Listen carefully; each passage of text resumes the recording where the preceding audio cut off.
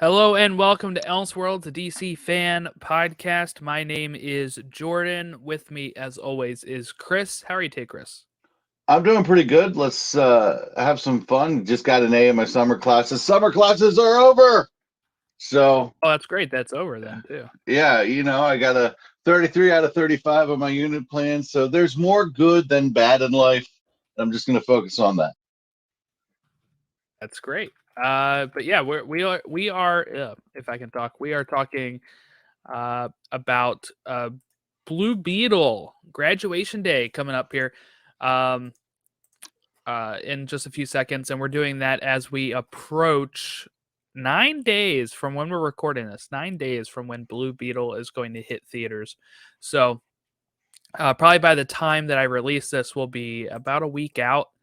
And what better way to prepare, right, than uh, talking some comics and hopefully anybody watching or listening has read this comic as well. There will be spoilers and it's I think very fun to just talk about these type of things before a big run up to a film, which is on track for I think a $30 million opening weekend.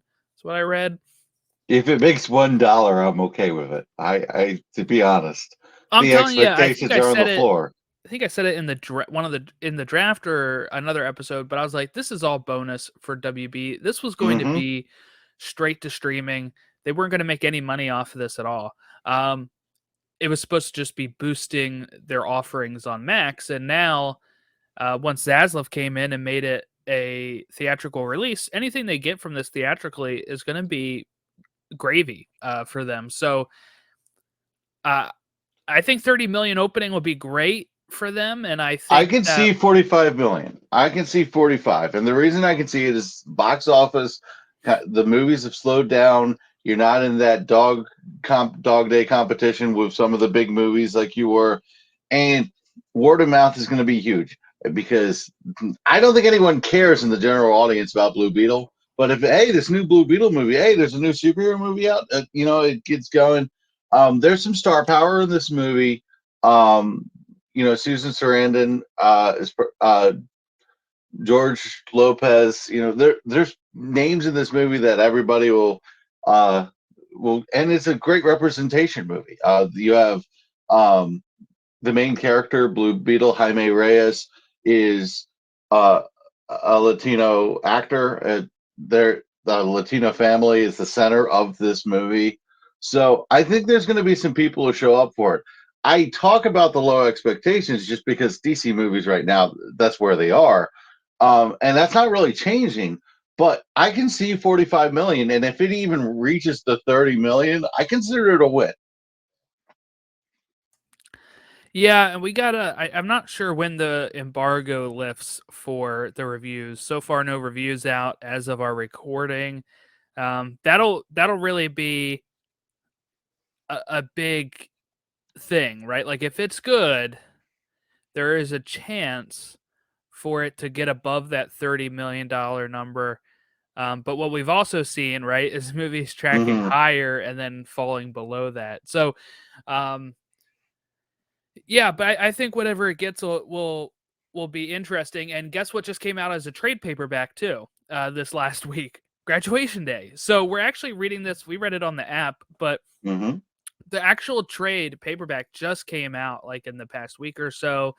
So that's perfect timing because they can push this if it is big hits. Like I saw it kind of front and center at my comic book shop, and the movie's coming out, so all of that's really cool. I saw a shirt at Walmart. I bought a Beatles shirt there, regular Beatles, not blue, right? Like Mm-hmm. the band. And then, but they also right above that had a Blue Beetle shirt now too. It's like $8.98 or whatever. But um, some of the stuff is coming out for this movie, so hopefully it's a good time. We'll cover it on here when it comes out. But yeah, so a little primer here for you if you not familiar with the character of Jaime Reyes. Um, not many are, right? So this is probably my first comic I've read of Jaime Reyes, but I knew who he was from actually I've seen him in Smallville. He appeared in the episode of Smallville that Booster Gold does, uh, Hmm. which was an episode in season 9 called Booster. Um, and it was the Jaime Reyes Blue Beetle, kind of the same storyline here where the Scarab gets out and attaches himself to him and all of that stuff I that. knew him from Young Justice. That's where I had encounter with him. Yes, and people Um, also know him from Batman: The Brave and the Bold. He's in that show as well.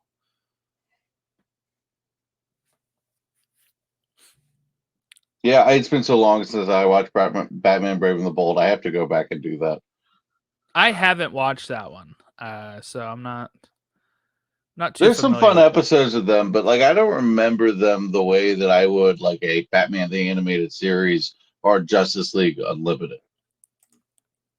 That for me is like after Justice League Unlimited ended, I kind of just wanted more of that universe. And then like anytime they relaunched a new Batman cartoon and it wasn't that, I was like, oh no, thank you. So I just never like ever watched them. So, but yeah, so he's been around, but of course he's not the original Blue Beetle, who is Ted. Not even Ted Cord, right? Ted Cord is actually Blue Beetle number 2. Um, Beetle number 1 is Dan Garrett, who actually does appear in this issue as like a little flashback for a bit, where he's mentioning just how he's the third Blue Beetle. They kind of show the first 2. But Graduation Day, let me put up the comic first issue cover. This is also the cover of the trade paper And the back. covers were so good of the series. The Oh, the covers covers were for all of them amazing. were really great. So this is Hmm. also the cover of the trade. This is what it is. Oh yeah, let me say who wrote this and illustrate it then, because we have Josh Trujillo, if that's how you pronounce that. I apologize if that's not how you pronounce it. Um, and then animator was Gutierrez, but let me just verify which one. Adrian Gutierrez.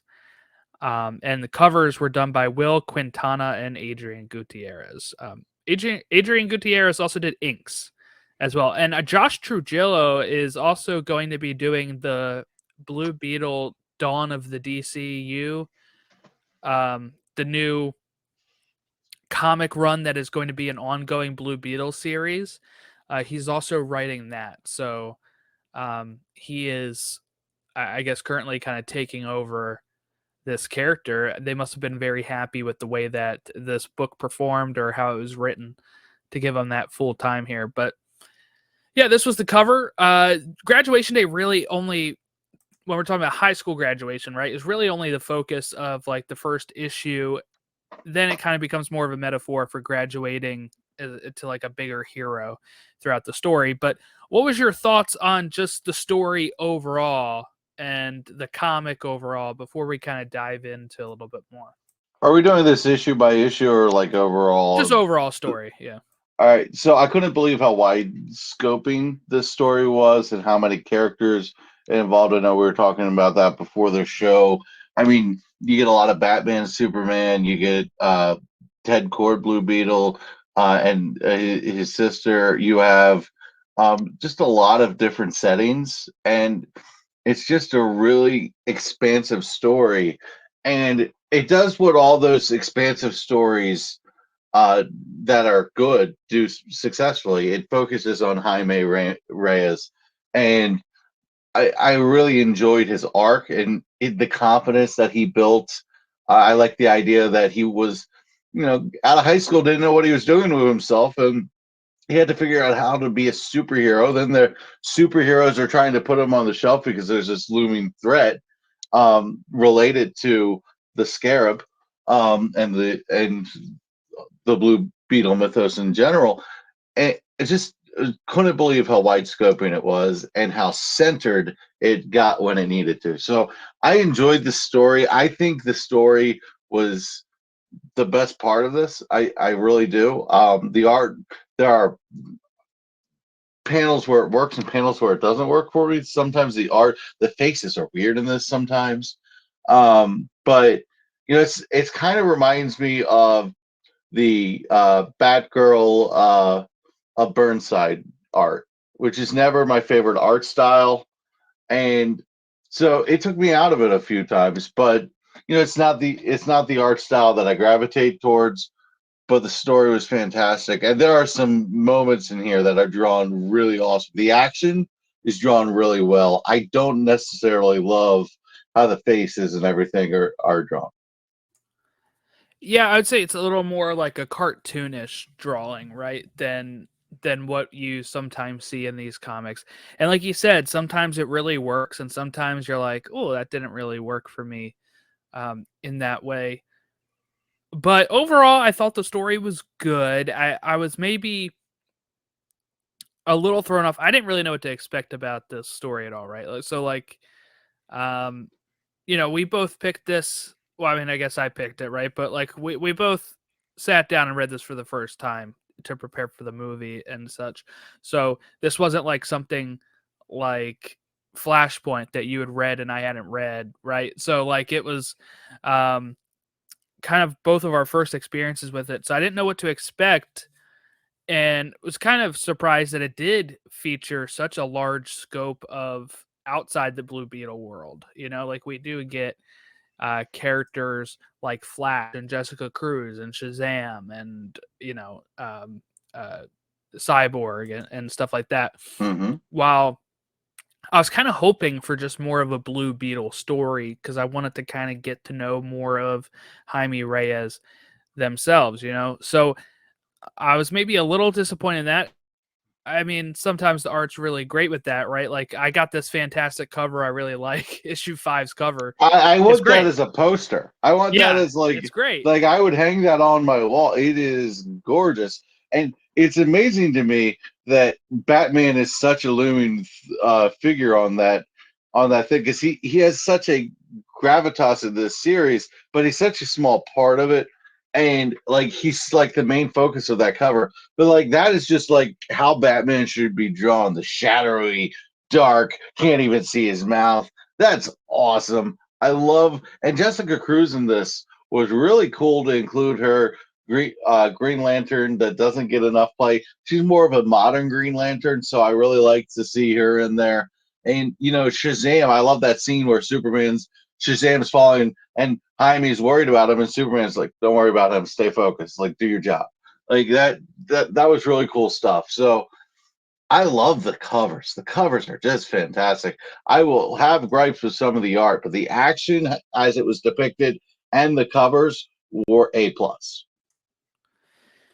Yeah, so I guess one of my little disappointments was just the fact that at some points it felt like a little too crowded with some of the characters, and I just really wanted to read a Blue Beetle story. So It felt like a Justice League comic a yeah, lot of yeah, times. it did, and so that was a little disappointing for me. But uh, and I think another disappointment that I had was pretty much just how it wrapped up with having like I don't know a green beetle and a yellow beetle and like having these other beetles and then them pretty much just being like, oh no, like Jaime has controlled the scarab. There's nothing to worry about, and that was pretty much the end of the whole story, right? Like it was just more of like a let's talk this out type of thing, which can sometimes work, really well. But I was kind of like sometimes I feel like with 6 issue comics, like sometimes you have either a lot of buildup and then they have to quickly resolve it, which I felt like this was. I felt like the first 2 issues Yeah.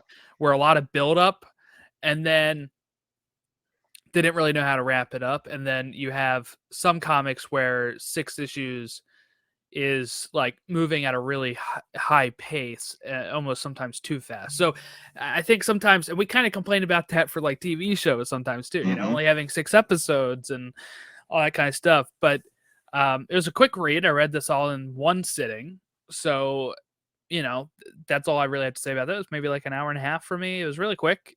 Yeah, it's a nice breeze of a read. There's a lot of action, and four, five, and six just fly. They fly. Um, there's the exposition is in the beginning, and then it just issue four to me is where the thing just takes off, and you really get going. The action is fantastic. I really enjoyed Starfire and Cyborg in here. The Teen Titans element was cool, but yeah, I agree with you that it was not what I thought I was getting myself into when I said, okay, Blue Beetle graduation day. I'm thinking it's going to be more like the first two issues where it's focused on Jaime. He gets his crummy job that because he doesn't know what he's doing for college. And his parents are like, well, this isn't going to work. You're going to live with, I think it was his aunt, and you're going to work at the restaurant.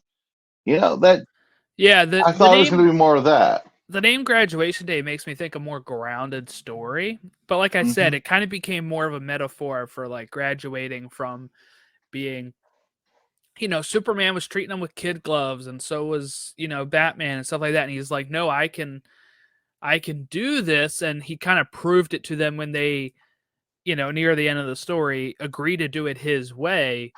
Um, but yeah, I just felt like some of those other Beatles that we meet were just a little bit underdeveloped. That for them to play such a big role in this was a little shocking, I guess, for me. But what I also want to I do want to show two of my favorite um, slides here. So we have uh um okay, so I really like this from Ted Cord too. I love that we got to see him. He's like, as you know, I'm the world's foremost expert on the Reach and their technology. Me. So yeah, I have a clue. Yeah, that was I just good. That was good. so cocky. And then we have talking about she mentions him going out with Booster Gold. She doesn't name drop him, but we know who she's talking about. And Jim, this we're dealing with the threats to the time stream. I hope you know how ridiculous that sounds. Is what Victoria's response is. It's actually really perfect. I it I love Ted Cord and Booster Gold from the little bits of it that I've read, and I'm gonna read a lot more.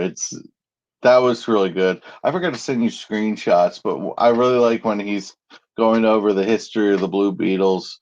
Mm-hmm. And that page is just stunning. And another thing I really liked in this, I know it's not a Superman comic, but I really like Superman in this comic. At the beginning, he's benching Jaime, and he's saying that, look, we got to be careful here. But he's being very very nice and about it. He's got that Superman touch, and at the end, he's throwing all his support to Jaime, and it's just so Superman. So it's not a Superman comic, but I really like the Superman notes we got in it.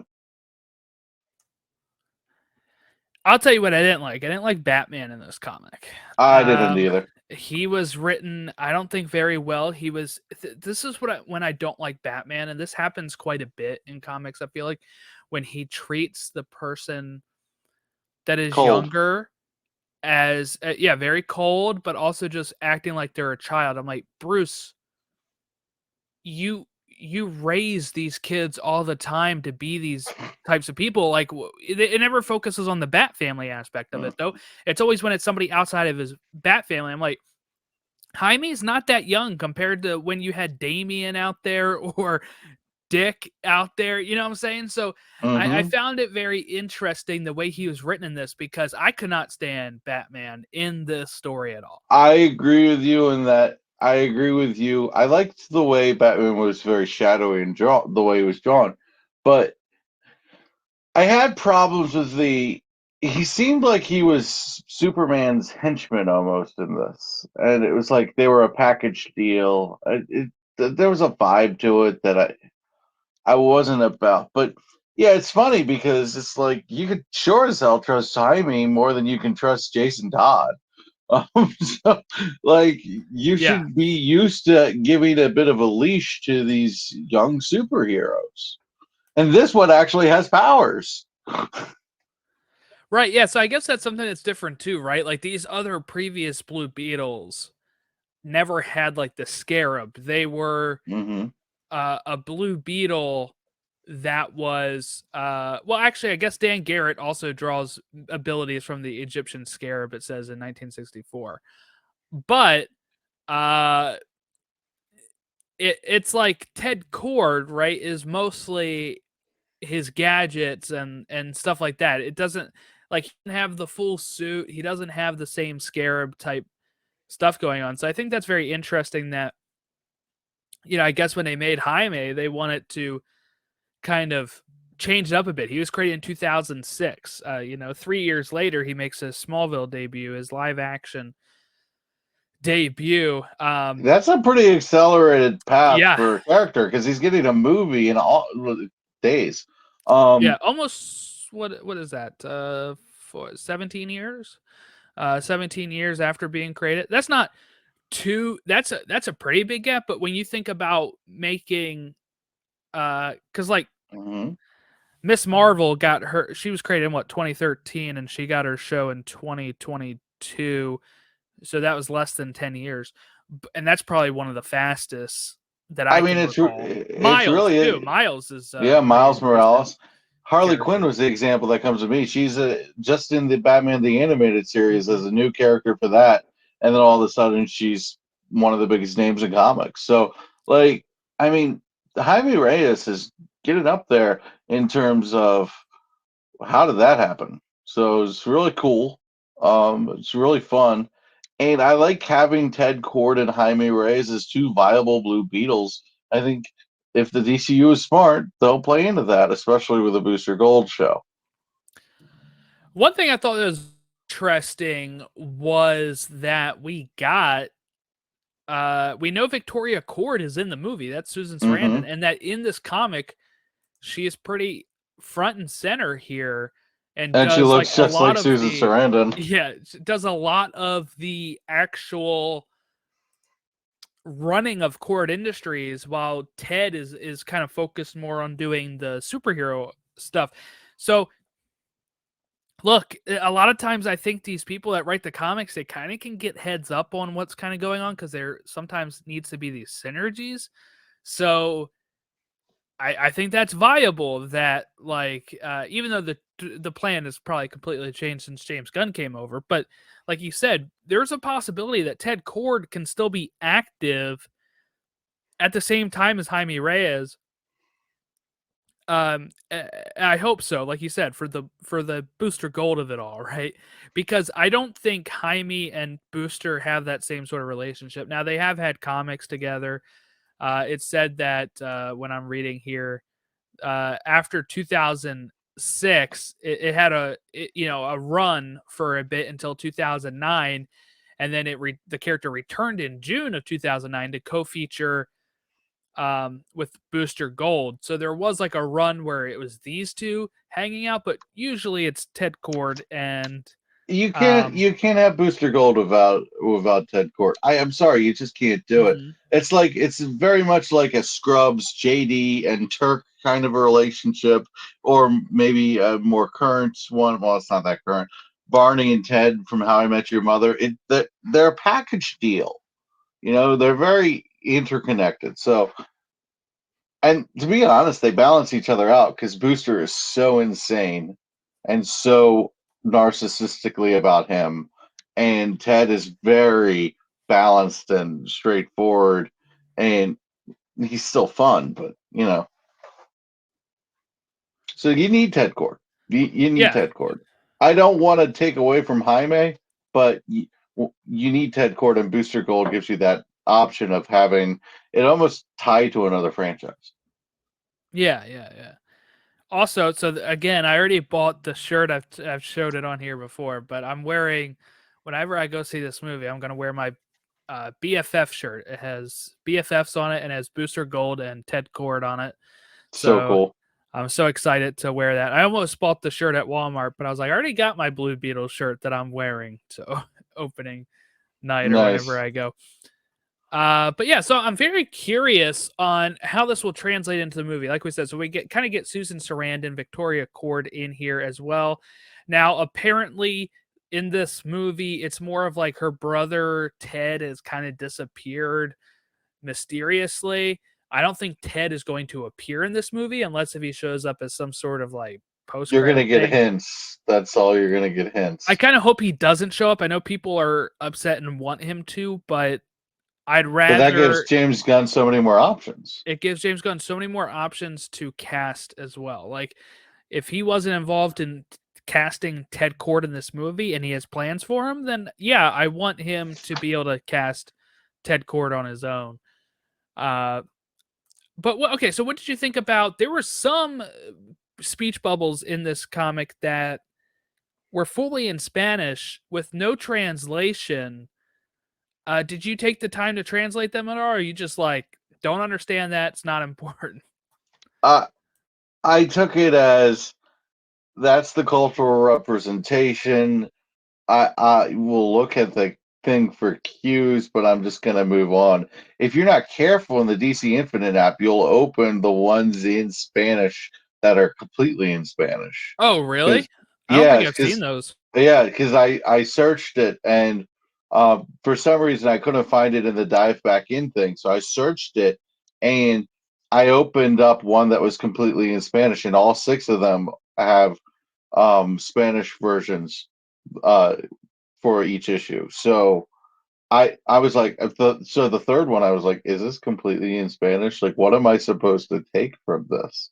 And then I realized what I had done, and I was like, oh, thank goodness. But I was because I got a C plus in Spanish too.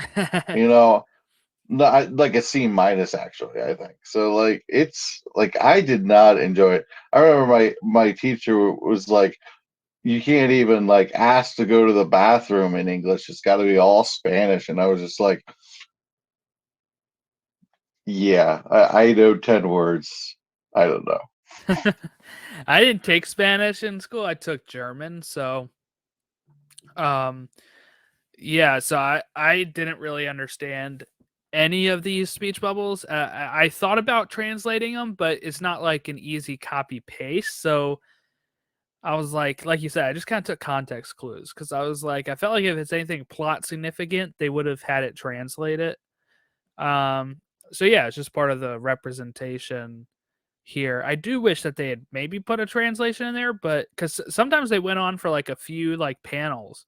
Um, like it wasn't just like a one-off thing at times, and I was like, okay, hopefully this is not important because I can't understand this. But um, But yeah, I think that's really cool about representation because I think a lot of times we take for granted the idea that media is just for us. Like it's not. And I bet you that for the target demographic of that, it probably means a lot that hey, this is they're not even like subtitles and like on a show. It's like this just straight up Spanish. That's really cool. And as long as they don't do it to the point where I have no clue what's going on, I'm fine. I'm completely fine with it. I think it's cool that you have that representation. I think it matters. I know Zack Snyder ruffled some feathers by saying he can't wait to go see it and with his kids, and representation matters. that should Um, never ruffle any feathers. I uh, but the group that we constantly malign on the show. I know, It's no but I secret. that's something I don't get. Like if the person you're like obsessed with is like, hey, I'm gonna maybe like I don't know. Maybe you should give it a try.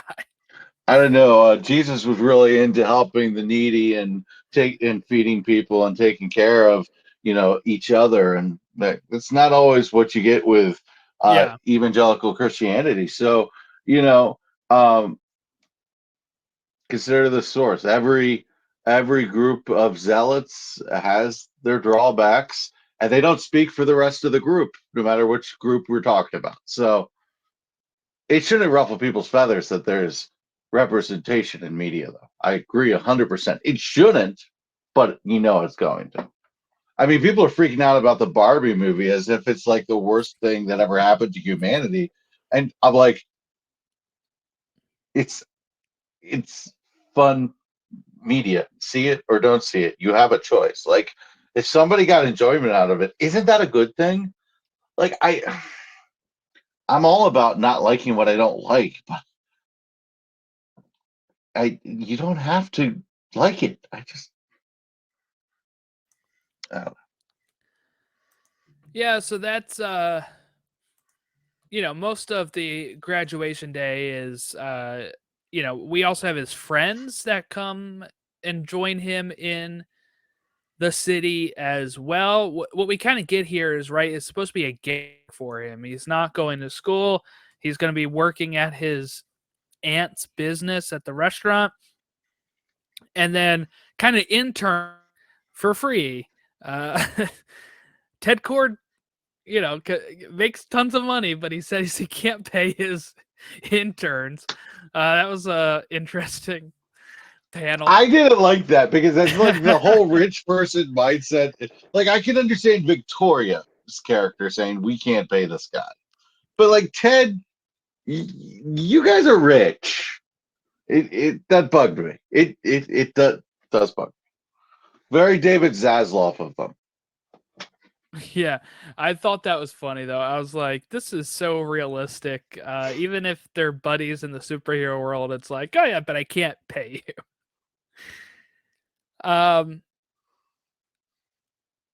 Yeah, so that's kind of where they're going there, and they actually have to break into Cord Industries when they find out that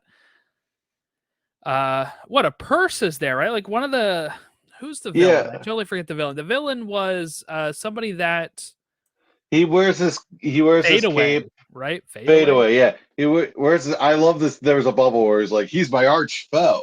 And I'm like, arch foe? Really? Actually, okay. I want to correct this here. I think they're actually a they. They. I think it is Okay. part of the representation here that Fade Away is, yeah.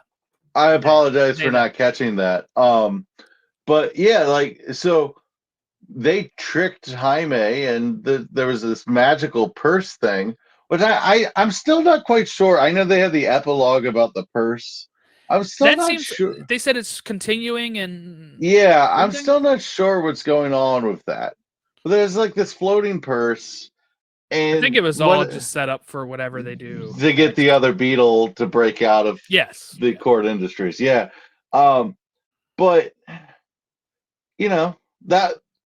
that was an interesting scene. They were an interesting character because seemed like he had a real cool backstory. It seemed like some of it was true, some of it was like telling him what he wanted to hear. That was interesting. I thought it was funny though, calling him arch foe. I'm like, yeah, arch foe. Yeah, they say like, didn't you fight? Because this is, Jaime is facing Fade Away very early issue on his way to graduate. It's the reason why he's late. And then we kind of kick into all of the Scarab stuff after that. But yeah, I think they said, I forget when this is supposed to continue.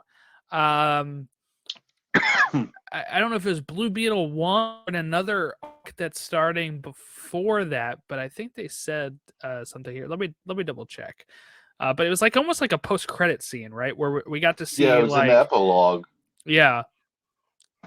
Which was interesting because I'm not used to seeing those in like a 6-issue arc like this. But yeah, I found it very interesting. Let me see here. I have it almost pulled up. Okay. Yeah, so in September, they're doing another series, I think, called Blue Beetle Scarab War. And that continues. Yeah. There we go. So they set up 3 scarabs in this story. So yeah, and it's weird too. Like I still try to understand exactly where the story, like where the scarabs come from. One of them comes from the Reach, right? But the other ones are like against the Reach, and like nobody's ever tamed like Jaime's Blue Beetle before. So I don't know, it's all kind of interesting. It's like I'm not too up to date on that kind of stuff, so trying to figure out like how this all ties together for some of that was interesting to me because it kind of had a Green Lantern vibe. It almost seemed like the Blue Beetle Scarab, he said terrible power. Like it almost like you wonder if his Scarab Kaji Da, I think is how you say the name, is Yeah. um has a like villainous history.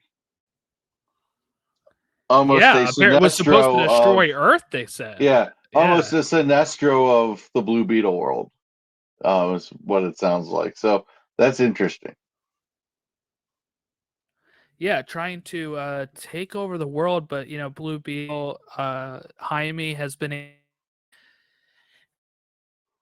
right Hmm. to the and ways of and that speaks to his moral character and his strength and his will, yeah. because it seemed like the other beetles had to fight their scarab a little bit more. And they're good. They were feet Kajida, right? Hmm. Jaime's Blue Beetle, which I thought was interesting. But yeah, I also want to pick the very last thing before the epic. Just seeing how all happy everybody is, getting their picture taken. I thought that was really cool. You have Victoria; she doesn't look too pleased. But yeah, Ted, he's beaming. You got Jaime with his family, and Starfire, who appears in this pretty heavily. Um, and his friends over here, his Is like aunts. is like Victoria trying to be like Black Canary with all the leather? Like, Yeah, it's interesting. I it's don't like it's a know. choice. It's like she's always like all leathered up. I'm like, I don't know. Susan Sarandon is playing her. Going to be interesting to see if the wardrobe is anything like the comic, because it seems to be an intended thing. And then I just love how Ted Cord looks like so silly happy. You know, there's that big old smile in that picture. But Yeah, it felt a little bit like an episode of The Flash where they just kind of talk them down, like, yeah. "Oh, we're gonna have the peaceful option," and it was like, weren't you just taking down a city? Like, wasn't that like a whole dramatic thing? Cool, but it is almost a letdown, an anticlimactic moment. Yeah, yeah, it was a little. That's what I was kind of saying before with the I little almost bits of needed an extra couple issues. yeah, yeah, because it's like once the aliens come here, you're thinking like, oh, it's really gonna kick off, and they're like, no, never mind, we're good. Well, imagine if it's an SOS because it was an SOS. Yeah, Jaime realizes they're asking for help. They're not invading. And when they land, that should have kicked off a whole new issue, and then they should have wrapped it up because that would have given me a more satisfying story. It would have been more believable. I want to go, wait a second, how did we jump from this to that? Um, that I think would have been better. yeah. Uh, real quick, I'm just gonna look at some more of these verse. This is pretty cool. We have Jaime with the fadeaway cape. We have the Golden Beetle here on issue. Ooh, we have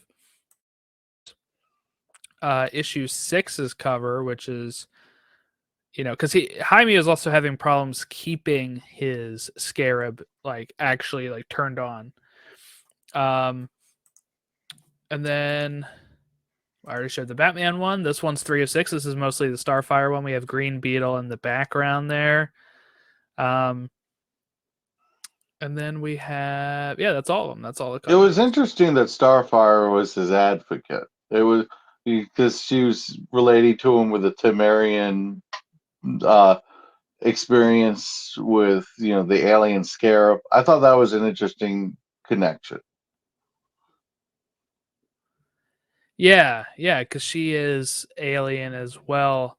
Um, yeah, kind of interesting too that this comic is rated 13 plus. Why? Like, I'm I sorry, don't why? know. Like, I know there's some Very violence, benign. but like, what comic book doesn't have a little violence? I mean, I don't know. I'm not saying that I would put this in front of my 2-year-old niece, but I also don't think a 10-year-old would have a problem. Yeah, no, this is I don't get it. This Like is if pretty you show benign. this to a 10-year-old, there's nothing of a sexual nature, there's nothing racy or inappropriate. I don't know. I feel like I read comics that don't have that on it that are not good for kids.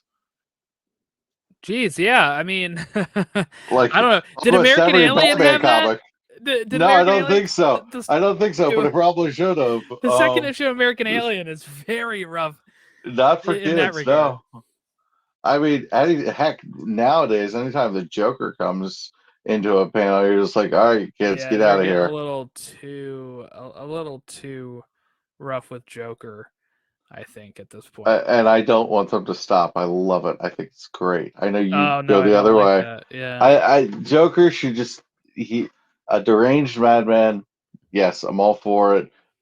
Brilliant schemist. That the what they did.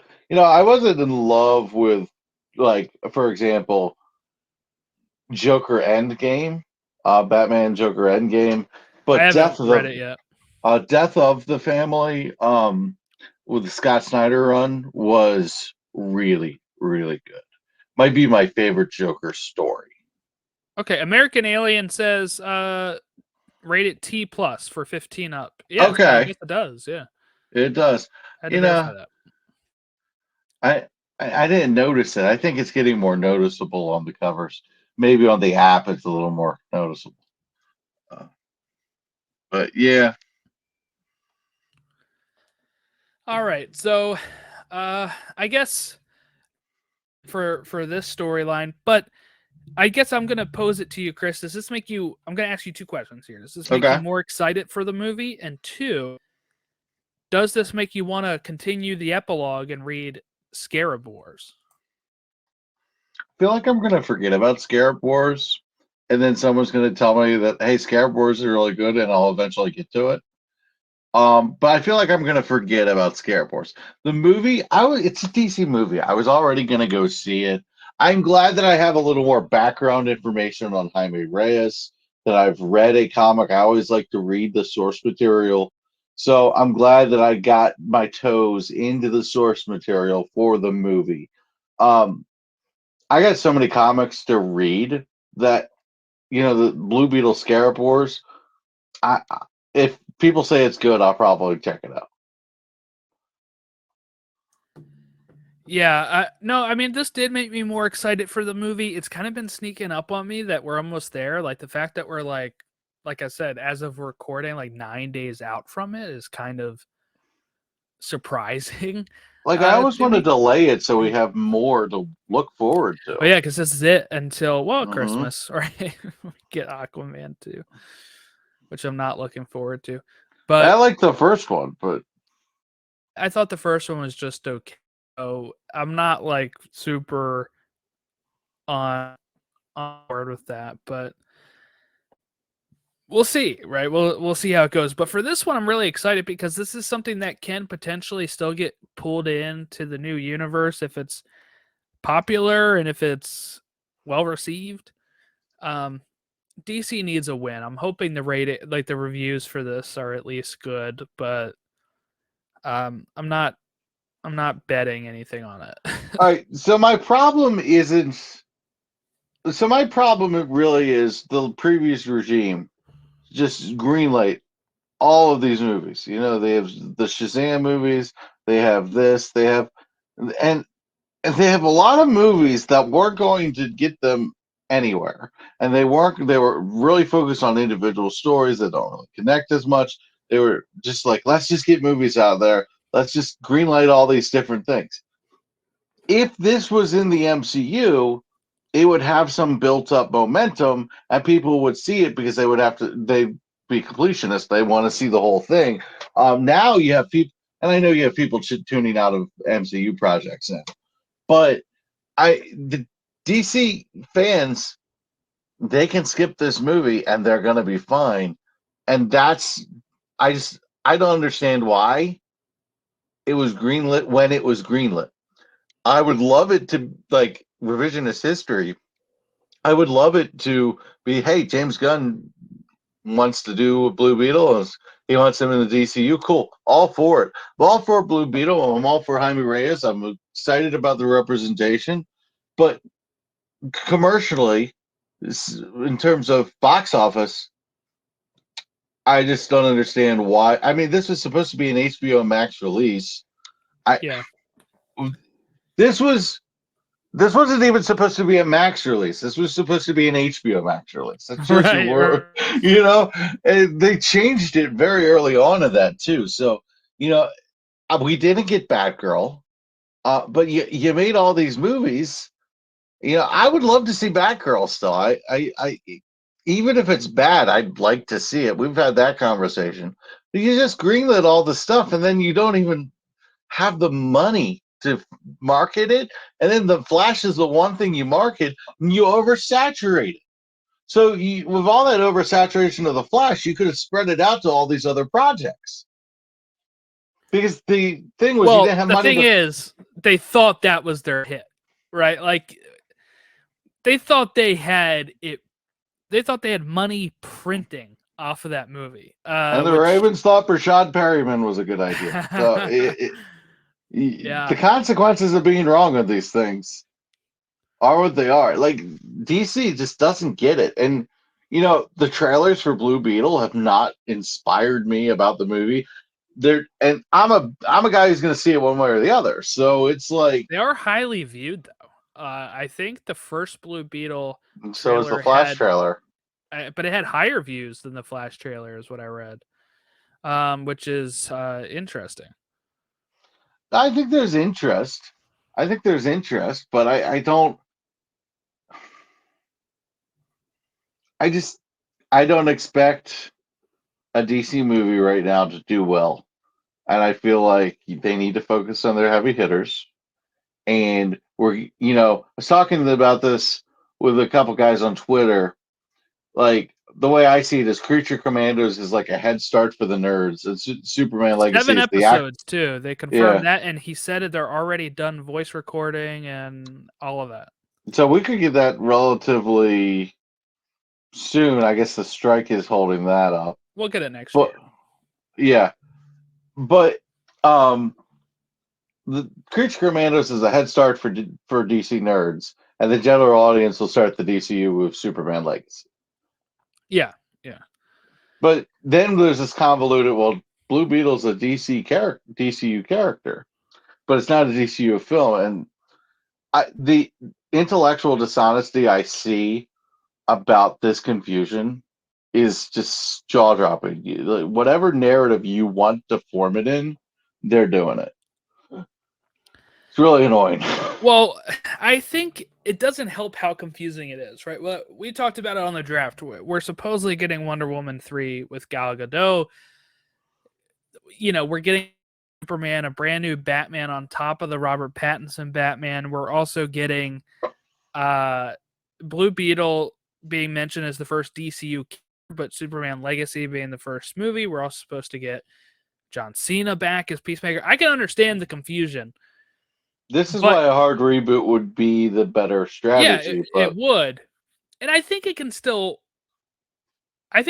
be considered a hard reboot if they don't keep the stuff in continuity, right? Like if it's a whole new universe and it's just some of the same actors, I think that can work, but it's confusing because but again, I think all of this doesn't matter if the projects are good.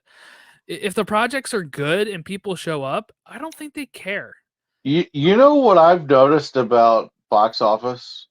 This is the angle. You never, as a studio, you never have to worry about the heated, controversial opinion, because if you did, the Snyderverse would be just booming.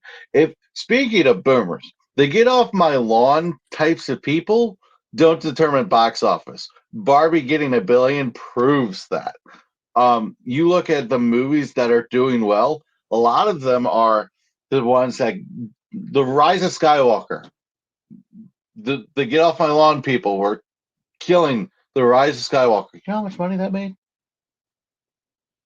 Billion. The Get Off My Lawn people are never going to be happy with anything, and they do not determine the box office success of a movie. They just don't, which is good. Yeah. Speaking of Rise of Skywalker, I will be covering Ahsoka over on the Pod Awakens with Ron, who's been a frequent guest on here. Chris, are you watching Ahsoka when it comes out? Yeah, I'm gonna be watching it. I'm so far Awesome. behind on Star Wars that now when something Star Wars comes out, I'm just jumping on it because I can't get more behind. Yeah, yeah. Well, that's great because I might need a guest for the third episode, so that would be I will make sure I great. am available and on summer classes are over. They do. I do start school again on the 30th, but Okay, yeah, and that should football season's be coming too, so it's. But that I will be episode available. will be released on the 30th, but yeah, so we'll have to talk about it Oh sometime yeah, after that. yeah, definitely. So That there you week go. I'll be there for you. Listeners, you'll even hear Chris on the Pod Awakens if you follow us over there. May the When we force get be with you. when we get to the week 2, because the first 2 episodes are dropping on the same day. So if people are excited for that, I've put the new as my phone background. So I'm ready. People may not know this because I think people have started to get to know this, right? From when we did our draft. I'm more of a Marvel guy when it comes to movies. Right now, I've been more of a DC Comics guy when it comes to comics.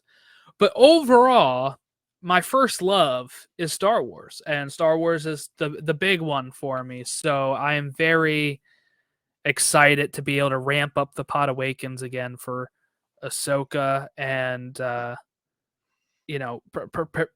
preparing for that, which You're really never excited gonna about. get your nerd card taken away. That is cemented on your body at this point. It Yeah, is that's good. true. You are very accustomed to nerd culture, and I am half the nerd that you are, my friend. You are in it to win it. I admire it. The only missing link I think is I'm not a Star Trek guy. I've never See, really it never missed really me. got into it. Star Trek missed me. Yeah. I never cared about it. And then there's so much to catch up on. I was like, Well, I started watching The Next Generation maybe a couple years ago when my wife was out of town. I was like, oh, I'll like see what this is all about. I hear that one's really good. It's got, Patrick Stewart and all that. And I watched a few episodes. It's very 1980s and 1990s, and it wasn't really grabbing me. And I've heard people say, well, season 2 is when it gets really good. But I was like, I'm not watching 20 some episodes right now to get to when it's good. I left it. But maybe one day. But that's kind of like the big nerd part of me that doesn't exist is I'm all about DC, Marvel, Star Wars. Those are my big yeah. nerd things. So Star Wars and me, yeah, I'm hit or miss with it. It's like there are times where it sucks me into it, and there are times where it just kind of passes by. Uh, DC's my biggest thing, and Marvel too. I'm getting more and more into Marvel, and I'm getting more and more into the DC stuff. I like Teenage Mutant Ninja Turtles. I'm definitely a nerd, but like you got me beat a little bit. But Star Trek is the saddest thing about it is I'm sure I'd like it. Like I'm sure I would like Star Trek. I just never did. You know? Yeah. Yeah. Um, I'm also a huge Pokemon fan, so that's another big nerd aspect Dude, of you got this. to I catch got them it all. all. You You got got to to catch catch them them all. all. So Uh, so here's my problem with Pokemon. I grew up obsessively playing the red, blue, Game yellow. Boy game. Mhm. Red, blue, and yellow. I've played them at least 10 times each. I enjoy Pokemon the cartoon. It was great. Right. And then you start playing like you had the silver, the gold, you have the other, and you get all these other Pokemon. I'm like, I know the 150 like the back of my hand. And then it's like these who are these starter Pokemon? Like, give me more freaking Charizard, damn it. Do you know how many Pokemon there are now? Um, I'm gonna guess 680. Oh no, it is at 1010. See, 150 was cool. 150 was cool. I will say though, I grew up with First generation. Yellow. That was my first game, but Yellow's my favorite because Pikachu is awesome. I love I love the newer games a lot, and having 1,010 of them, keep them coming. Keep releasing new Pokemon. I love So it. red and blue started me on the Pokemon thing, but yellow, I believe it released at the insanity of my Pokemon obsession. I Yeah, was yeah, so into Pokemon, like you have no idea. Like Ninja Turtles and Pokemon were my childhood. yeah. I used to have all the Ninja Turtle toys um, I used from to the collect the cartoon and stuff. cards. I was into that stuff, man. You know, I probably could sell my cards for a good bit, but I don't want to. Like it's just that part of it just Hmm. never gets to me. Like I just dude, gotta catch them all, man. You gotta catch them all. Yeah, so if people are interested in any of that, I do play Pokemon on my YouTube channel, Youngster Jordan. If you want to follow that over there, I have my hands in every pot really when it Well, comes that to is a content pot you already creation. put the lid on, right? Like that's already done in the can stuff, right? Yeah, Youngster well, Jordan. no, I still am making content on it. I just haven't released something recently, but I've Okay. been filming a special project related to it. That's going to take a long time. So that's kind of what Look I've been at doing. you, It's what I've been kind director of doing Jordan. on my off time when I'm not podcasting. I've All right. been making some videos, but We're gonna have uh, to make a trade with this off time. I need some of this off time, Jeff, for all these well, podcasts. I didn't go back to school, so You're smart. You're smart for doing that. the best thing right now is when I work from home because as soon as I get off work, I don't have a commute, so I can do things like that, or I'll do that stuff on my weekends. But also, I can sometimes use my lunch break to do some of those things. So that's been good about only going in I two am days a week. so looking forward to having a weekend. You have no idea. Oh, I bet. I've never had a weekend like it's not a thing in my life, and I just can't wait for the weekend to be a thing. I'm to uh looking forward to knowing how the other half lives. Yeah, it's revolutionary. It really is. Once I got out of the customer service stuff and started doing like a full-time 9 to 5 job, it's really revolutionized my life because I do feel like I have a lot more spare time than I used to. But that'll wrap us up here. Next week, I don't know if we have a plan yet, but it'll probably be us recording Blue Beetle the movie at some point. Um, Yeah, we will definitely do that. so we won't Gonna, record on our usual Wednesday because it's not out until mhm. Friday anyway. So I'll probably see it Saturday morning or something, and then we Yeah, can I'm probably gonna try to see record. it that weekend. Um, it might be a little up in the air because of my car situation. Yeah, We'll yeah. see. I don't even know what's going on with that. But dude, I'm definitely gonna see Blue Beetle in theaters because I enjoy seeing Blue Beetle in theaters. And you know what I noticed when I go to the theaters? Because I saw Into the Spider-Verse and it was packed. And I Mhm. really love when the theater's not packed. So the Do you have one of recliners and stuff? Do they have that at yeah, your? yeah, Okay. Westminster does. Um, I will not go to unless it's IMAX. I will not go to a theater without recliners. It's just it's a deal breaker for me now. Oh, the theater that I saw Flash at for my second viewing, Uh, that I had a gift card to, the Regal that was here is now closed. It closed like weeks ago. That one never upgraded. It always had not well, a that's why they yeah, closed. it didn't have a great screen and it didn't have recliners or anything. The only But problem. what I've started doing is like when I saw Mission Impossible, I saw it at a Cinemark on Saturday morning, and it was only $8.50. Wow, So I've never that's even probably heard of what I'm going to Cinemark. do with Blue Beetle here. That's probably what I'm going to do. So if I wait till Tuesdays are $6 tickets at Westminster. So There you go. bargain Tuesday. So I might see it on that Tuesday just to get the cheap That's ticket. fine. I'll tell you about Blue Beetle. I I really am enjoying the movie theaters. But I like it when it's less packed because Westminster, for whatever reason, the sound just isn't high enough. Oh, really? For me, now I don't think my mom has noticed that, but like for me, when I go to Owings Mills, the AMC, the sound is really loud, and Mm-hmm. it kind of blocks all of the world off, right?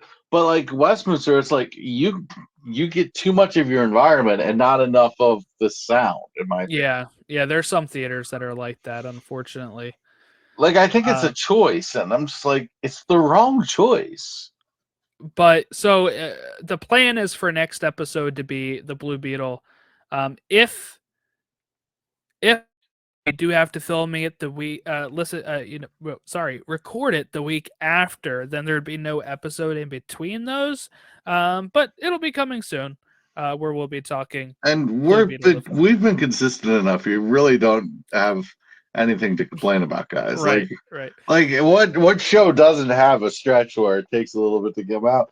And if you are desperate for our show, please rate, review, There you go. and leave comments, and we will be more inclined to not have any breakage. I want to congratulate you on winning the draft too, because we put a poll up. Ron put a poll up that had didn't say who picked who, right? So that way people outside of here, if they saw the poll, they didn't know like, oh, that was Chris's. Let me pick Chris's. It was just A, B, and C, and you got first, I got second, and Ron got third. I will attest though that I think Chris, you cheated. You picked 3 Batman movies. It's not That cheating. wins the That's the general goat. public. The general public is That's the goat. That's the goat. general public is very basic, and they're like they see Batman and they go ahead and vote for him. To be fair, he's the goat, and I got the 3 best Batman movies: Yeah, you had The Dark Dark Knight Knight, The Begins and Batman, The and Batman. Begins. Yeah. Hey, look, you can't go wrong with those 3 Batman movies. And then I got Spider-Man 2 and Guardians of the Galaxy Mm-hmm. 3. So if you don't count the Captain America as a trilogy, because it was more of an Avengers movie for Civil War. If you don't count that as a trilogy, I got the trilogies that matter in superhero cinema. I got True. the Raimi Spider-Man, I got the Christopher Nolan Batman, and I got the James Gunn Guardians of the Galaxy in there. So that was my strategy, was to go after the trilogies. And then I had a leftover, and I said, okay, I'm going to take another one from the same trilogy because I love it. Right. But yeah, so that congratulations on I winning the think that's the draft there. first draft I won, though. I really do think that's the first of the 3 drafts we had. That's the one that I won. I don't think I won the other 2, because I kind of went my own way in the other 2. I kind of went chalk in this one. I'll admit it. I We'll went have to chalk. think about other drafts. I was thinking of an idea of video games based off superheroes. That's Ooh, an option too. that's an option, and we've all played just enough that we can have our picks. I think The so. problem the problem is we're gonna have to include all generations to make it work. Oh yeah, definitely. Yeah, we could even include stuff like the X-Men arcade game. You know, like some of those arcade games were huge, like the Simpsons and the X-Men arcade games were big. But yeah, so if you want to reach us, you can reach us in at Elseworlds DC fan on all of the socials. Email us elseworldsdcfan@gmail.com. We've been getting some emails there. So reach out to us there and have a great rest of your week, and we will catch you next time.